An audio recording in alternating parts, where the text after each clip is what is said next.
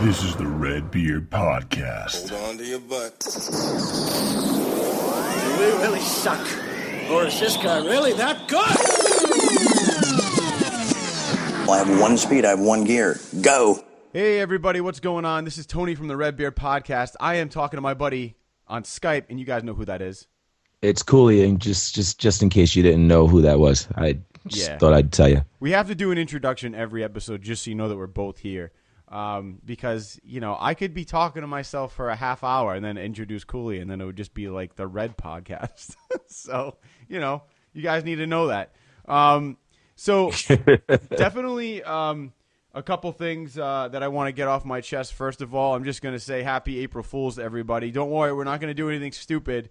We just want to say happy April Fools, and I hope that you guys play jokes on your friends and family and make them cry. Yeah, like no fun jokes, just really brutal, mean jokes. Well, the one thing about doing like an April Fool's joke that's bad is that it could come back to just bite you in the ass. So you gotta be careful, you know, because of like karma. But yeah, I definitely want to talk about you know, The Walking Dead. We have to just roll into before we do anything else, because there's a lot of things that and theories that are kind of coming to the forefront now that the finale is going to be on Sunday. So, and for those of you who did not know, and it may have been taken down, the majority of it may have been taken down, but someone who had access to the audio of Negan's final scene did actually release the audio, you know, kind of leaked it, and you can hear pretty much everything that goes on in the last scene. Cooley and I both listened to it in full, and yes, I did finish listening to it, as you knew. But you can hear everything, but you don't know who they killed, even if you listen to the audio. So everybody's going to have to watch the finale to actually see who gets killed. We all have our suspicions as to who it is, but we won't know for sure until Sunday when AMC, you know, throws out their footage. So what did you think of the audio, man, when you heard it? I thought it was cool, and I really don't want to say much about it until the show is on air. Out of respect for AMC, as you know, I sent you that link. There was a reaction to the people that actually posted the audio. I think it was like it was like dead, like something dead fans or whatever. And yeah, it's their Facebook page called the Spoiling Dead Fans. Yeah, and you know, like, I mean, AMC is like, you know, pissed off about them, like, you know, spoiling the show, but then there's also that community of people who do not want to be spoiled, and that community of people, you know, they actively stay away from spoilers. Right. So if they don't want to listen to it, they will probably see, hey, this is a spoiler, you know, Facebook page for The Walking Dead. Like, they would probably avoid that shit at all costs. So I'm not sure. I mean, look, I know why they're upset, and out of respect for that, I don't want to spoil anything, so I'm not going to do that. But, you know, I think their reaction was may have been a little harsh, being that there are stamps all over that shit, and including right in the title of the page, spoiling dead fans. Like, we are definitely spoiling shit for you in this site. So I don't know. It's just kind of weird. They are taking a very tough stance on it, though. They shut their site down for like 3 days, right, until the episode premieres. So even though there is a big thing about, you know, spoiling dead fans, you know, having that on their site, I don't see a reason why they wouldn't actually shut that down, because they technically they posted audio that they shouldn't have had access to, right? And it doesn't matter really who leaked it, right? It could have been a number of different people. I mean, obviously somebody who worked on the Walking Dead, you know, franchise leaked the audio. There's no way that somebody just gets on set and has that audio quality available to them with like an iPhone and then just, you know, decides to, you know, leak it. That doesn't happen. So somebody had the audio, leaked it, before, you know, and posted it. You know, but I think AMC in looking out for the fans in general, you know what I mean, and for the the integrity of the show, is shutting down that site because they don't want anything else to continue. They don't want anything else to be leaked that maybe they don't know is out there yet, that is going to ruin the finale for a lot of other people. And once it goes live, be it via Facebook or Twitter, it takes off and it goes viral. And it doesn't necessarily matter if you want to see it or not.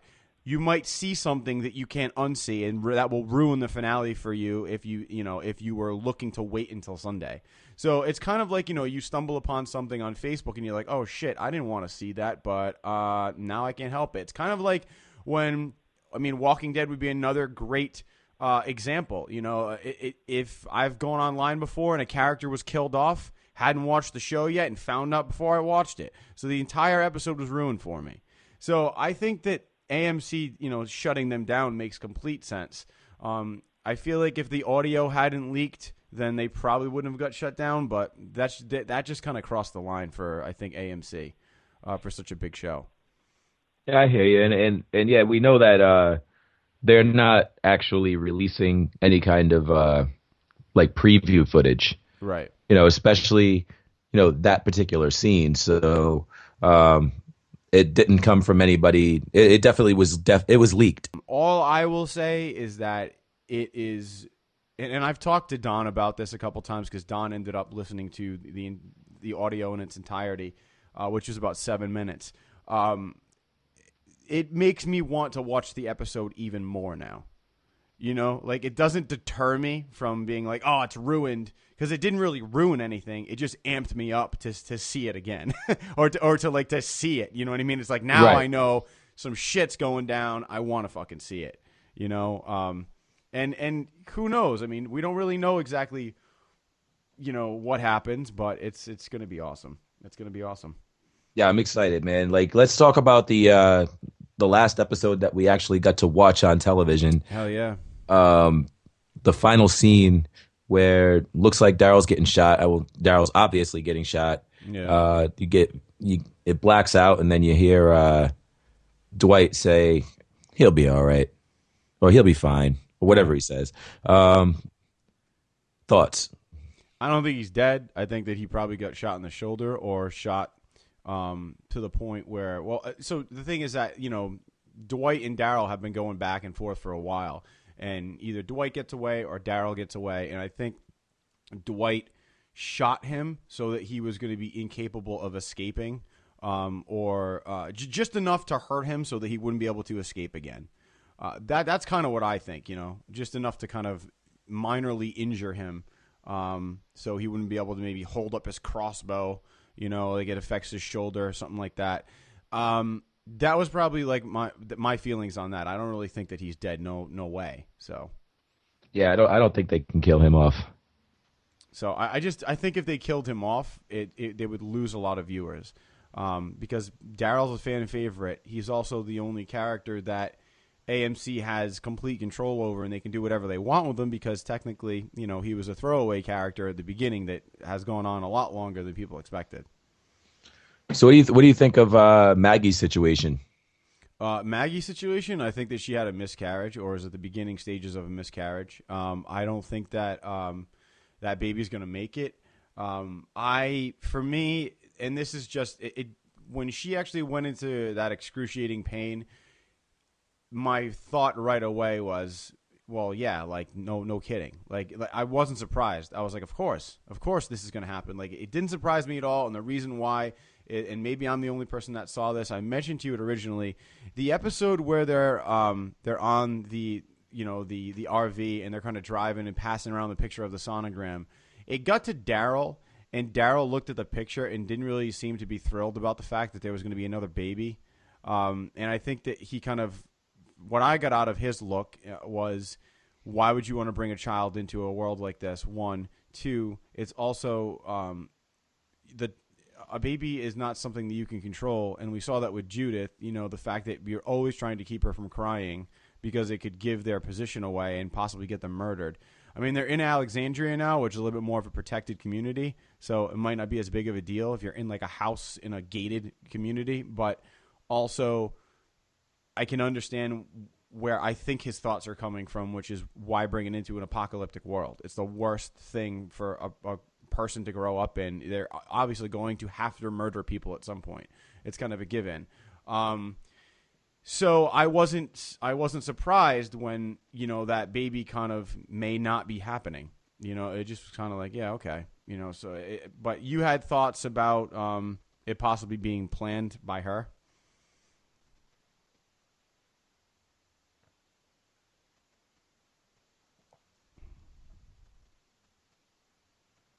You there? Well, no, I didn't have us. That's just a rumor that's going around that she planned it out, like, and made some like chemically induced abortion attempt that just kind of kicked in, like, and like the theory was like thought up because of the comment that she made about how she needs to move on, you know, Yeah, and let go. yeah. I mean, I think that you know, it's definitely something that she could have planned.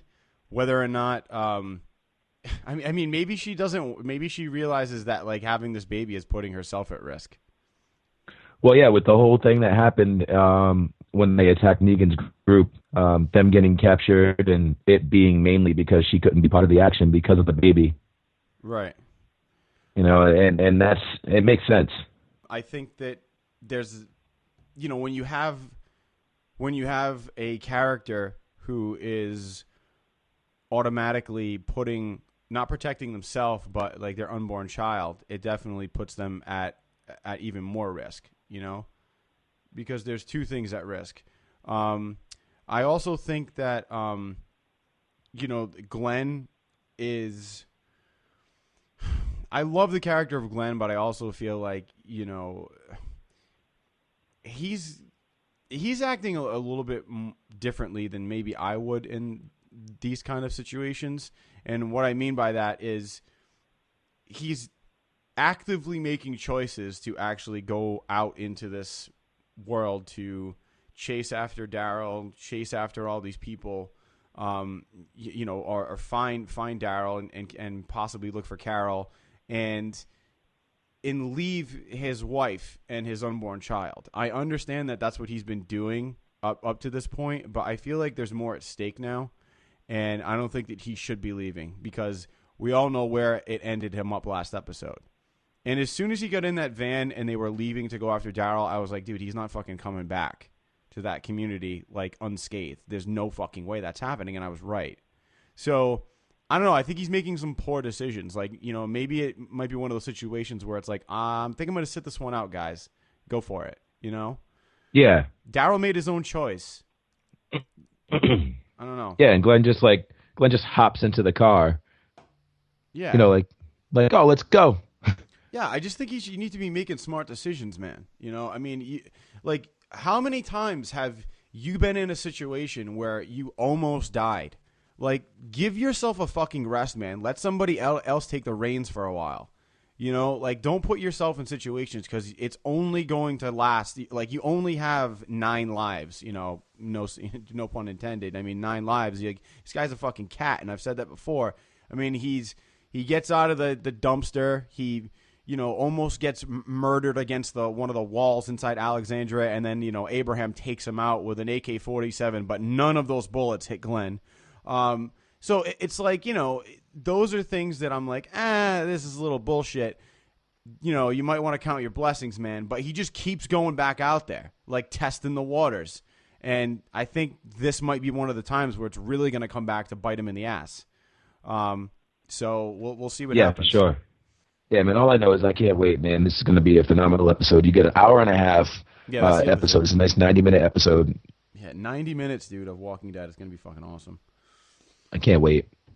So, just final predictions before we actually go into Sunday. I know we've talked about it a lot, but you know, take out the fact that, you know, I mean, I guess we can't really unhear the audio that we've heard. But who do you think is actually going down? Because you know, if anybody's read the comics, we know that Glenn goes down, but you know, AMC likes to play games and they like to shock people. So what do you think? Do you think that's still going to be the case, or do you think it might be somebody else?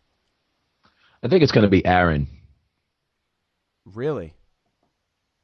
No, not really.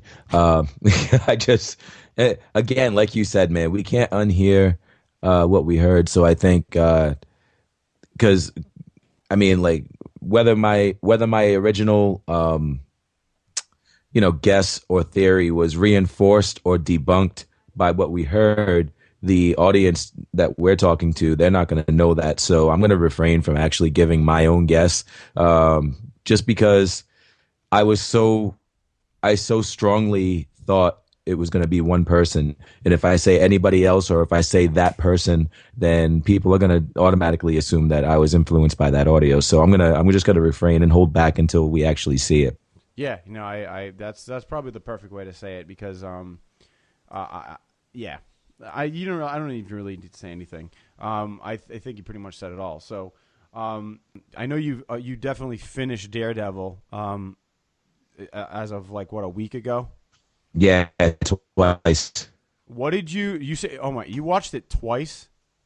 Yeah, man. Oh my god, dude! I don't even know how you have the time for that shit. you had hard enough time watching it the first time. Never mind the second time.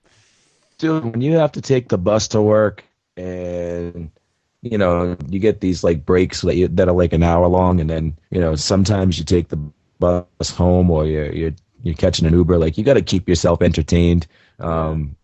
And there was really nothing else on that I wanted to watch, and there were things that I know I missed the first time around that I wanted to catch, so I just watched it again because John Bernthal is friggin' amazing as the Punisher, and there's no doubt about it. I mean, watching it a second time was just as entertaining as watching it the first time, if not better.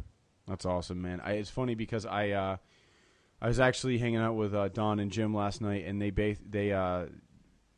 Jim had finished Daredevil and said that the same thing, that John Bernthal was excellent as the Punisher. We actually got into a little bit of a discussion with the waitress about it because she is a big comic book fan, which is really funny. So she, she definitely, is halfway through season 2 of Daredevil. Oh, actually, no, she had just finished season 2 of Daredevil, loved it, was raving about it. So if you guys have not seen it, and I'm also talking to myself, we need to get out there and watch it because it's just getting great reviews. And just to kind of jump onto something else that we were talking to the waitress about also was Batman versus Superman. Now we already talked about Batman v Superman last time, so we don't have to go a ton into it. We are going to touch upon a couple different things because now the reviews are out. If you haven't seen the film, well, hey, it's been a week, so too bad, spoilers. But yeah, man, I mean, since you talked about how it's definitely broken some records as far as financially and how you disagree with that, let's talk about that for a little bit. Yeah, I mean, it just crossed the $500 million mark globally. Right. And I mean, obviously, I don't disagree with the fact that it crossed the $500 million mark. I mean, it did cross that mark. I mean, I'm not blind to that. I mean, the shit happened, it happened. But my thing is more just that I don't think it deserves that box office take. I feel like it was a good enough movie, but for that movie to make $500 million in a week, I mean, good for them. Good for them. It just, like, where I was giving it a C- and saying, hey, this was a good movie, it wasn't terrible. Like, I mean, it's not deserving of the horrible reviews that it's getting. I stand by that, but this kind of makes me, kind of check myself and say, wait a minute, I was on the side of, hey, let's give this movie a chance. But on the other hand, I mean, does it deserve $500 million? I mean, in a week. You know why it's getting that much money is because it got such bad reviews. So there are a ton of people out there that are like, I'm going to go see this because I heard it was that shitty. You know what I mean? Like, there are people out there that will go into it. No, dude, I disagree with you, man. There are a lot of people out there that will go see a movie. Listen, people are going to go see the movie anyway because it's Batman and Superman. Yes. They want to see these people face off. But if dude, if I heard the movie sucked before it even came out, and I still went to see it because we have to. That's right. what we do. Yeah, but then again, like but I'm saying, like, there are people out there that have gone to see the movie even though they heard that it was horrible. And somebody who will remain unnamed said, "I'm going to see the movie because I heard it was fucking awful, and I got to see this." And then, like, literally, he got out of the movie and was like, "It wasn't bad as I thought it was going to be." So it's like there are people out there that are going to go see it because they like to talk shit about things and trash things. That's just in their nature. They live off drama. So it's like, they're going to go check it out, and I know that, you have all these teenagers that, saw Deadpool, and now they're all amped up to go see another superhero movie. So they're going to go see this, so you got a ton of a younger crowd going in to see this. You have the older crowd. You have people who are on the fence about going to see it. You have the people that are excited to see it. And then you have the people, that probably smaller, percentage that are going to see it because they just want to see how shitty it is. And they want to trash it. That's exactly a certain group of people out there that go to the movie for that reason. You can't deny that. Well, I can, because I have evidence that if that was the case, like, Fantastic Four would have raked in $500 million in a week. Like, that, it's, the movie is not as bad as Fantastic Four, obviously, but at the same time, it's critically panned, and it's maybe 15% fresher than Fantastic Four on Rotten Tomatoes. I mean, it is not a great film, and the numbers would say, hey, this is a fantastic movie, and we want more of it. You know what I mean? Like, that's literally what the box office says. But if you look at the actual sales and the numbers that it's bringing in, and you compare it to Fantastic Four, I mean, I think the reason why Fantastic Four didn't actually do that well was because the actors in it were like, eh. It's like you compare it to Batman versus Superman, dude. You got Henry Cavill, who's already played Superman multiple times and has killed it. You got Ben Affleck, who a lot of people love, right? So and he's never played Batman before, so they want to see that shit. They want to see how he does Batman, because Batman's been played multiple times. Then you also have Jesse Eisenberg, who there are a ton of people out there that like Jesse. I think love Jesse Eisenberg. I think he's an amazing actor. Dude, great job in The Social Network. That's the only character you can play, in my opinion. Like, so it's like, but there are a lot of people out there that love him. Then you got Jeremy Irons, another amazing actor in this movie. So it's like you have these big name actors who are in this movie. Fantastic Four, like, yeah, Michael B. Jordan, but like that was before Creed came out. So it's like, it might have had a slight effect on that, but it doesn't have as big actors as this movie does. I don't think Fantastic Four necessarily got the necessary promotion or as much promotion as Batman versus Superman. I mean, Batman v Superman put out a update to Snapchat, so that was on people's radar. Their marketing was insane. So you are naming all of the reasons that I think people went to go and see this movie, like literally, but none of those reasons that you're mentioning now are that it was critically panned and that people hated it. Like, that's not the thing that makes people want to go and see a movie, is what I'm saying. Like, because if that was it, then Fantastic Four would have been given more consideration by the fans. Well, I will say this, and this might bring us into another topic. Fantastic Four would have been a fucking Oscar nominee if that was the case. They would have been like, oh shit, Fantastic Four just blew away Titanic I don't know. Dude, I'm telling. I didn't say that it was the reason they made so much money, but I said that it's part of the reason why there are. All right, let me rephrase that. It's not because it's not the reason. The reason why I think it's getting some extra money, like it's making some extra money, is because of the buzz going on around about it. It's like there's people out there that want to see it, but there's also people out there like, oh, like, dude, people at work, we heard that it was shit. Like, nobody can deny that. Every review on a lot of, like, dude, 60% of reviews are like, oh, this movie sucks. And they were a little bit too harsh. And people that we know went to see it anyway.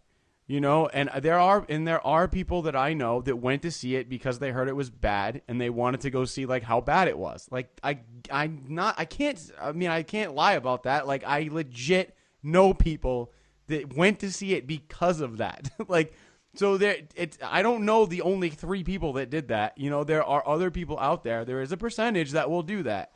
Right. Okay. So that's a portion of the money. But you know, hearing that a movie is bad sometimes makes me curious, because when you hear it's bad, then you hear it's good, and then it goes back and forth. It's kind of like, well, I don't necessarily trust reviews, and Batman v Superman is a prime example, because horrible reviews, liked it, really enjoyed the film. I don't give a shit what anybody else thinks. That's my opinion. Second is last night, hung out with Don and Jim. Like I said, we went to go check out Cloverfield Lane. People said that the movie was okay, and the ending ruined it. Fucking bullshit. The ending was awesome. Like, I think the ending was great. It made you think. It was a psychological thriller. It was kind of Saw-esque, if you're asking me, as far as like these people being trapped in this underground, bunker, right? And you don't know how the fuck these people are going to get out, right? If they're going to get out, and then if what this guy is saying is outside is actually true or not. So it's like you form your own decisions, and then you get to actually see what the outcome is. It is very different than Cloverfield. If you enjoyed Cloverfield, then you might like this. I was not a huge fan of the first Cloverfield. I am a fan of T.J. Miller, but I didn't really like the shaky camera filming of it. I know it's supposed to make it more of a realistic, first-person kind of view, but it didn't really do it for me. I thought the movie was a little overrated, to be honest with you. This one, I think, blew the first one out of the water.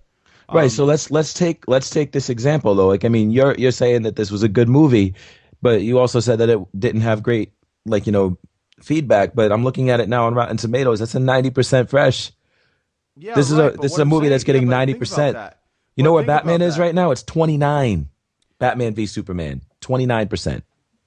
And this is after a week. But you have to think about it, man. That's what I'm saying. Like 10 Cloverfield Lane, like it's a throwaway movie. Like people are going to see this. I mean, one, you're releasing it the week before Batman v Superman comes out. Like that's the stupidest thing you could have ever done. Like people are gonna go like, wow, people don't go see Cloverfield Lane the first week. All right, maybe they'll catch it out the second week. Not if Batman v Superman comes out, because everybody's fucking going to see that. So it doesn't matter. It's just Batman v Superman is a huge fucking movie. Batman, Superman, 2 big characters in the same title. Blows Fantastic Four out of the water right away. There are a lot of people that don't give a shit about Fantastic Four. Everyone cares about Batman and Superman. So everyone's going to go see it, regardless. So that's why it's making the money that it's making. You know what I mean? You're taking 2 iconic characters, probably the 2 biggest characters ever, and putting them in a movie together. Like, people are going to go see it. That's just a fact. I mean, I think that's pretty obvious. But take 10 Cloverfield Lane, like, it's got Cloverfield in the title. If you didn't like the first one, you're not going to see the second one, and I guess I'm the exception to that, because it had a different feel altogether to it. It's filmed differently. It wasn't, first-person view. So, but I mean, I just feel like we're talking about very different movies here. Fantastic Four, like, great. There are some people, like I said, they don't give a shit about Fantastic Four. But I guarantee you those same people give a shit about Batman or Superman. If you're not a Marvel fan, you're a DC fan.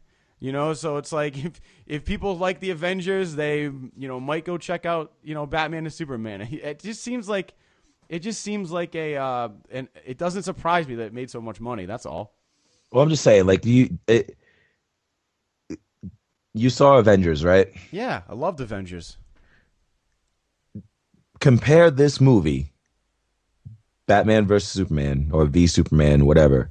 Compare that to the Avengers as far as the quality of the movie, and then tell me that it should be making the same amount that the Avengers made. Like, just to at least tell me that you're surprised that it's making Avengers money right now, which was Avengers when it came out and it killed the box office. It was like people were like, "Wow, this is fucking amazing." And with Batman v Superman, it's just like, it's wow, this is effing amazing, but not because it was such a good movie. I'm saying it's effing amazing because I can't believe it's making Avengers money with the quality of movie that it is. Yeah, but I mean, also take Avengers. I mean, Avengers had like every fucking Marvel character in it, I mean, not literally, but you know what I'm saying? So it's like, and before Avengers even came out, I was like, this movie's going to make bank. because it had Iron Man in it. Everybody loves it. People love Thor. People love the Hulk. You know, you taking all these characters, put them in a movie, like, yeah, it's going to kill, right? Captain America, Right. It was fucking awesome. So, Right. great action, totally deserving of the movie, but I'm not saying that Batman versus Superman, like, the quality of the movie is not anywhere near Avengers. I'll give you that. It doesn't surprise me that it's making this much money. It doesn't at all, dude. You have the Avengers. They're great characters, right?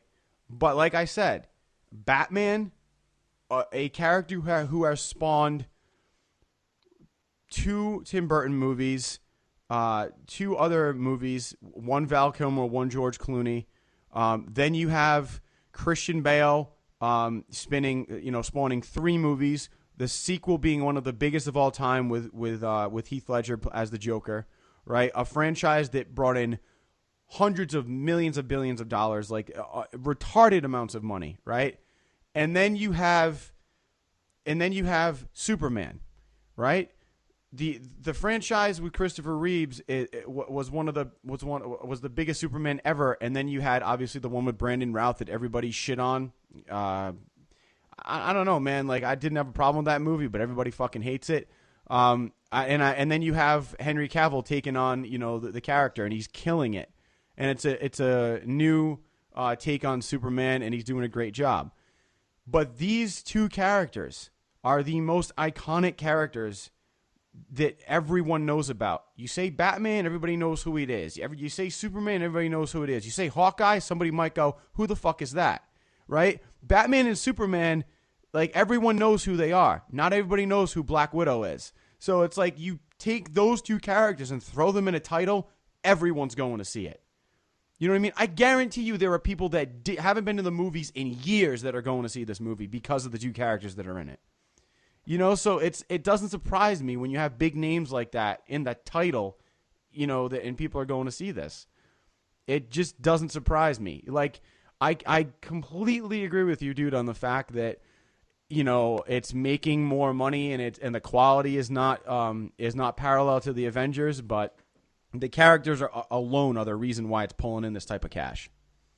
Yeah, I'm, and that's part of my problem is that, I don't think it deserves it. I think they're getting away on name recognition, like you just said. I also feel like there's probably a good amount of, DC apologists and fans, super fans and whatnot that are just like, oh, we're not ready for this to be over yet. Let's make sure this movie makes a ton of money so that we can go and see Justice League next year, like we were planning to, right? Even if it's like half the movie that we wanted it to be, right? Right.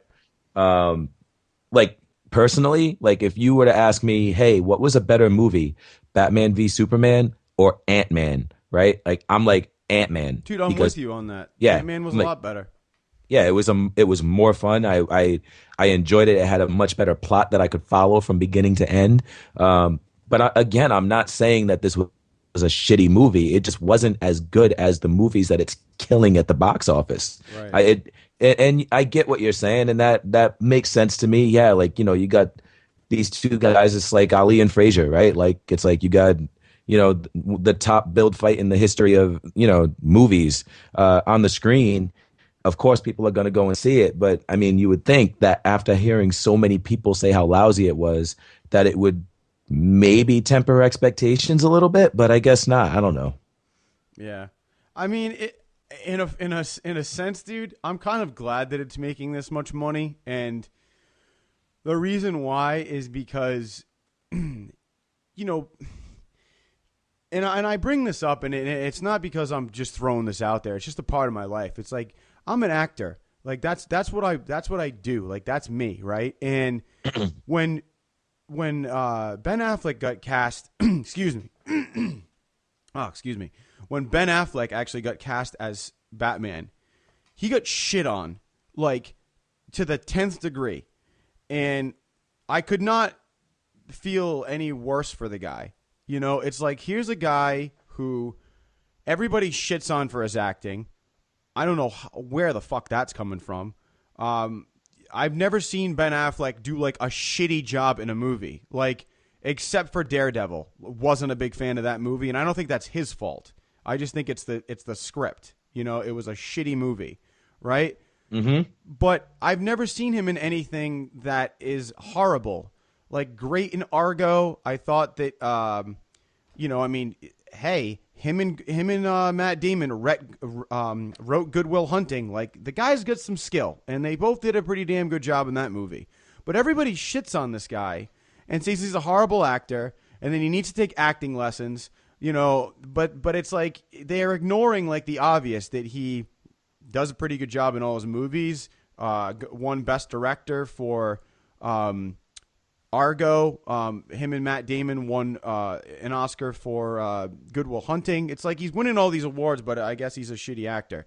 So I'm kind of glad that, like, the movie's making all this money because, hey, it's given him a bigger paycheck after everybody shit on him.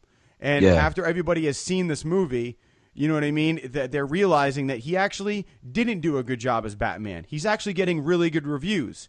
So, and I think I get really aggravated as, just as a fan of movies in general and as an actor you got these fans that come out of the woodwork and just love to shit on everything before they've even seen the damn movie.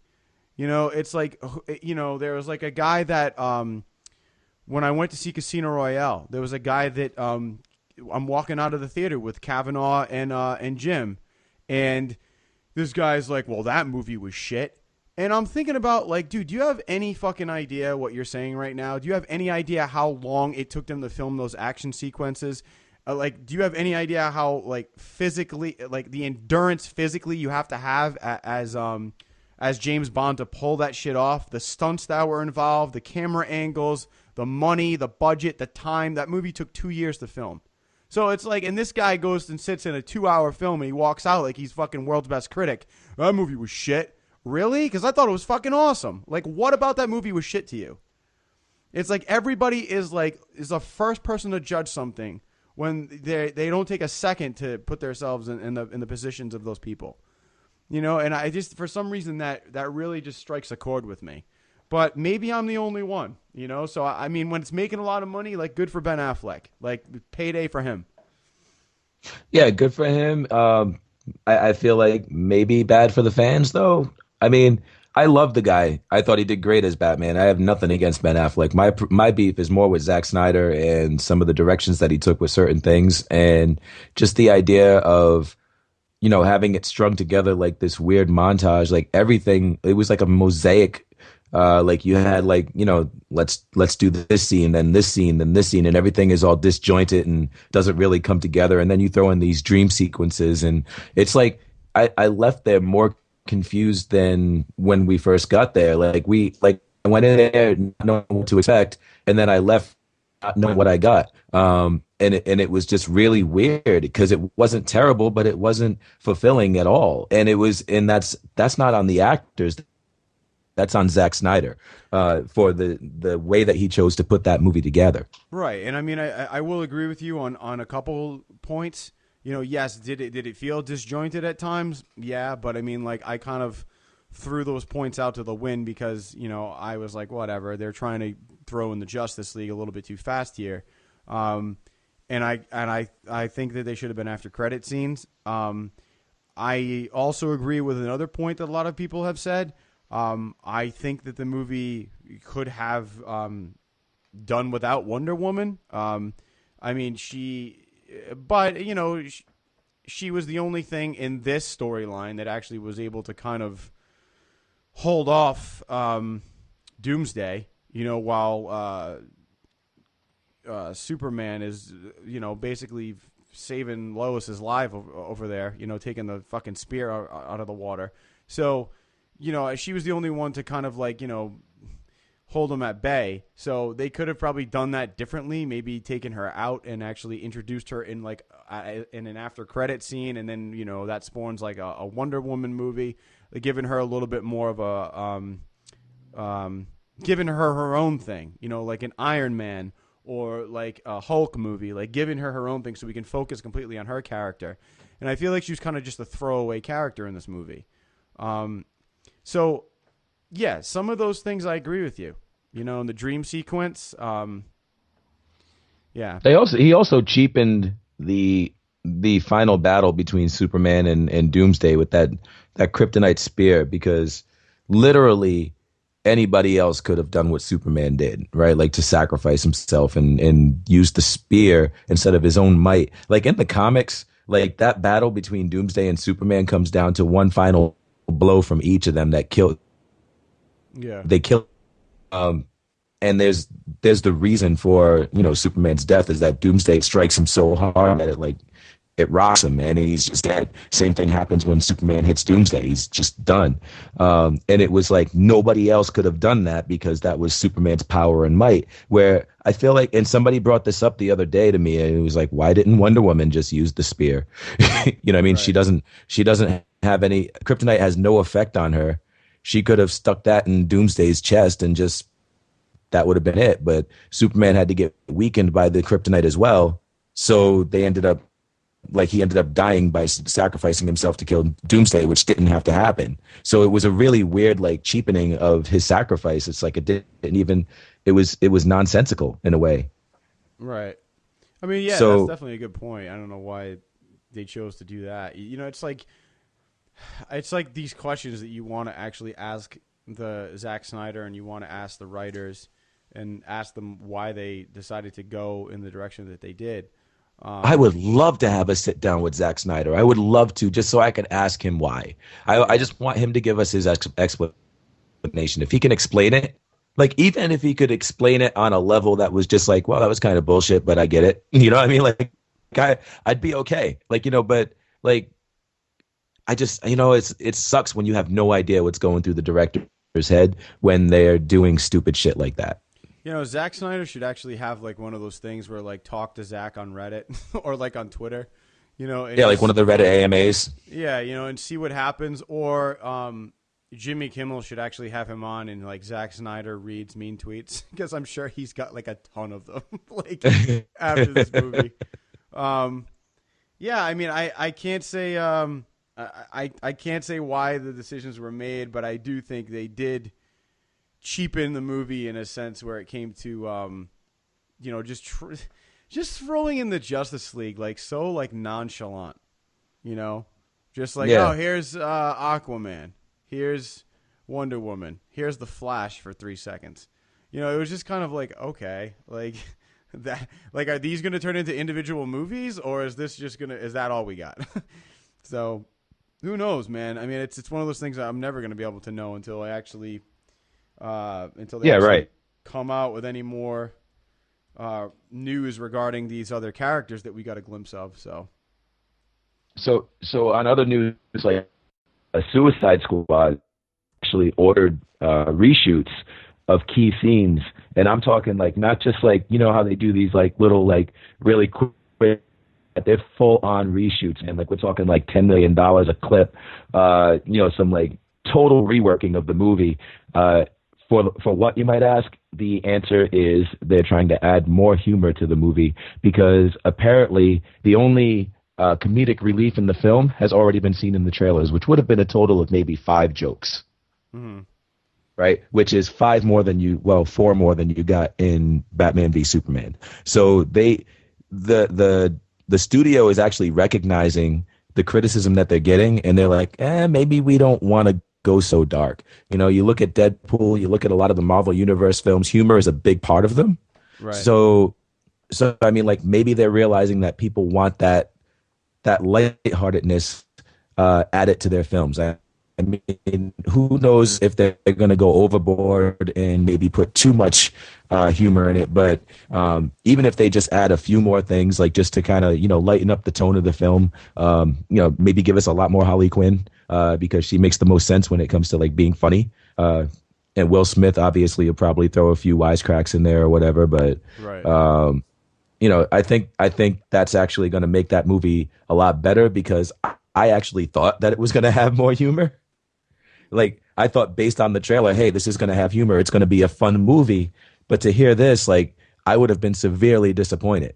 Maybe not severely. Maybe it would have been a really good, like, dark themed movie. But I would have been disappointed just going in there feeling like I was going to have fun and, like, see a lot of stuff that would make me laugh. But I don't know about you. What are your thoughts on that?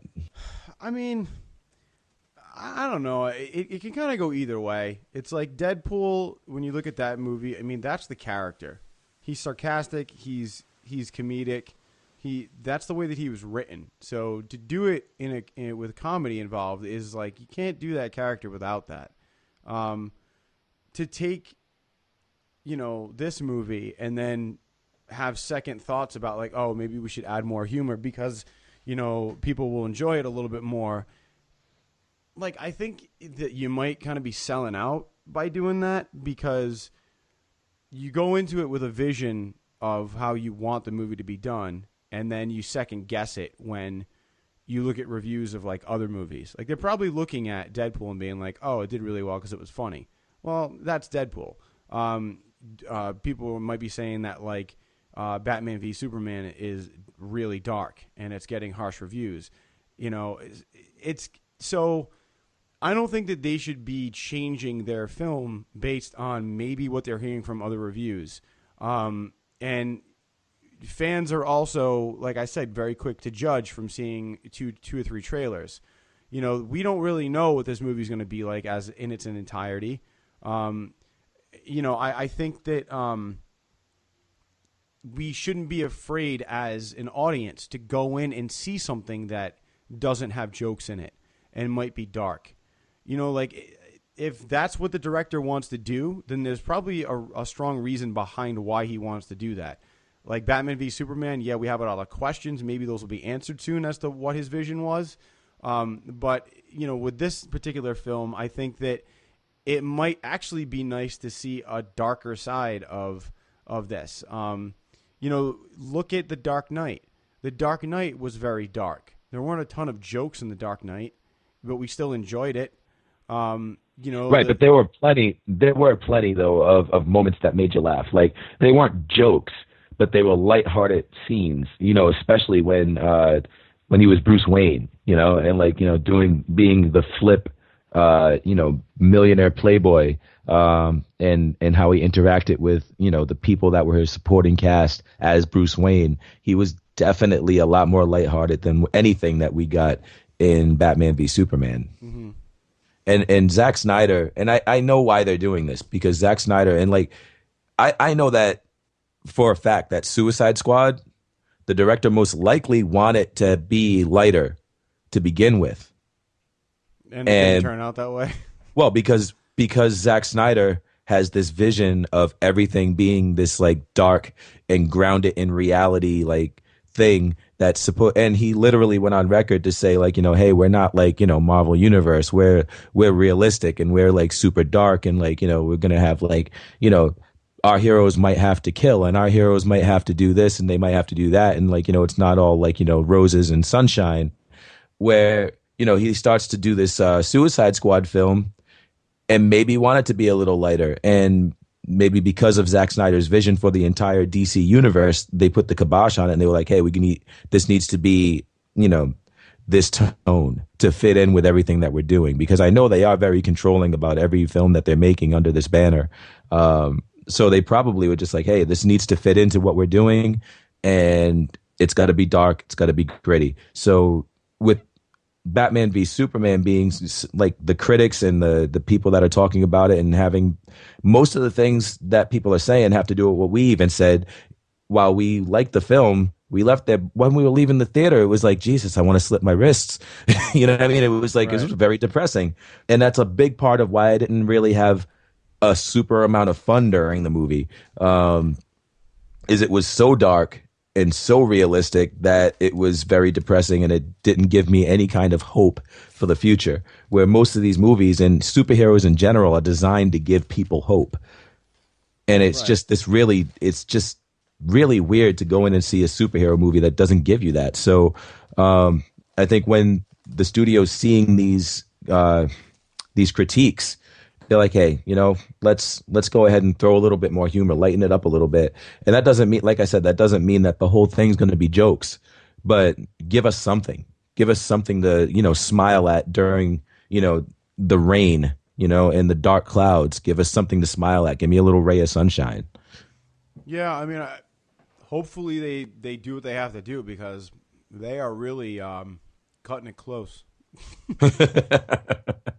You know what I mean? I mean, we're looking at what, dude? Like a couple months.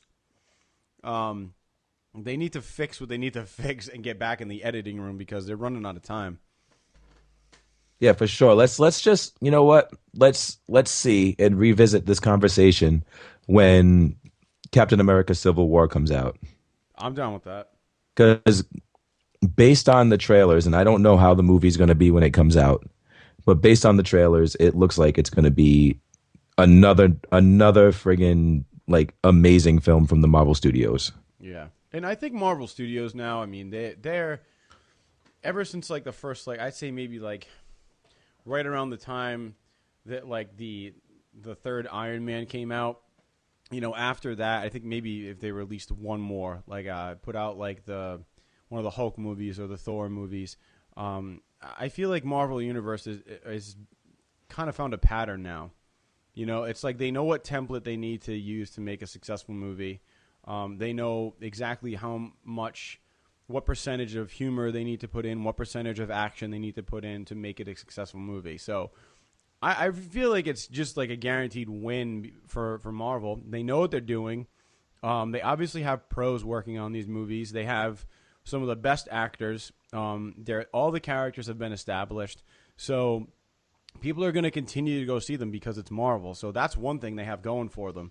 But but at this point, it's just like, you know, it's like slapping down a template and just pumping something out they know is going to be a success.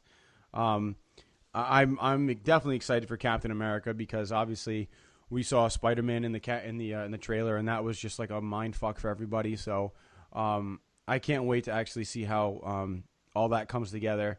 Because they just do a great job, so I'm very excited about Captain America. I've watched the trailer like too many times to the point where I need to do something else in my time. So, yeah, man, and again, don't get me wrong. I want this movie to. I want Batman v Superman to be successful. I wanted it to be good, like beyond good. I wanted it to be great and something that I could like rave about. As it is, it's like meh. You know, and my friends, you know where Rob stands. I mean, he gave it a straight up F minus, minus, hated it. And, you know, I actually put me in a position where I'm defending the film, which is weird because here I am, you're in that position now with me defending the film. But if I was to have a conversation with Rob, it like turns the tables. Like, so that just shows that I'm not like just dogging the film. I mean, I know, you know, it has a lot of flaws in my book, but it had a lot of good points as well. But I don't know about you, man, but that's all I got for today. I would encourage everyone to go check out 10 Cloverfield Lane if you're looking for a different type of movie that's going to make you think. I really enjoyed it. It's an hour and 45 minutes, so it's a shorter movie on the, you know, the spectrum of every movie now is like 2 hours or 2 hours and 30 minutes. It's just like movies are getting to be crazy long. So if you have an hour and 40 minutes to go in and check out like a decent movie, you know, and just accept it for kind of what it is, it's definitely worth checking out. I thought John Goodman did a phenomenal job. He's another actor that's doing a lot more stuff now that I think he's very underrated. He was in Roseanne for years, and that's the only thing people knew him for. But he did that movie a couple years ago that won Best Picture, The Artist, and I thought he was very good in that, which was, you know, a silent film. And I thought that he was excellent in this. It was a perfect role for him. And he has it's funny because, you know, you remember him on Roseanne, and he's this comedic character, and he was a lovable character. But then you look at him in this movie, and it's like you don't really know whether to trust him or not. You know, he has a very a face that's very hard to read. And what I like about him is that, you know, he can smile and lighten up your day. You know what I mean? Because he's got like a very happy smile. You know, like it's just like, oh, he's a nice guy. But then like right away he can just turn into like a serious face, and you know he's pissed off. So yeah, he's a lot like me. Yeah, but exactly, you know. So I definitely would encourage everybody to go check it out if you're looking for something a little bit different. You know, not over the top action, but something that just makes you think. Yeah, that's all I got. Happy April Fools to everybody out there. You know, just hope everybody gets some pranks played on them, or you know, play some pranks. You guys got about what? I think you got 9 hours left. so make it happen. Yeah, I'm done, man. You done?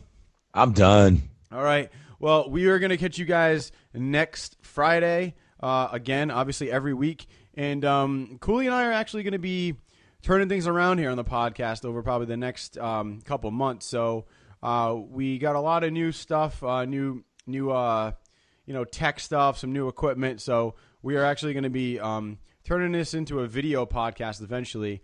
We're going to be doing a lot more on the road stuff because we got the stuff for that. And come this summer, it's definitely convention time, guys. So you know that RedBeard Podcast will be at the conventions, and we'll keep you guys posted every step of the way. So just make sure you keep checking out the site, and we'll have some good media for you. Word up. All right, we'll talk to you guys next week. Peace. Peace. Later.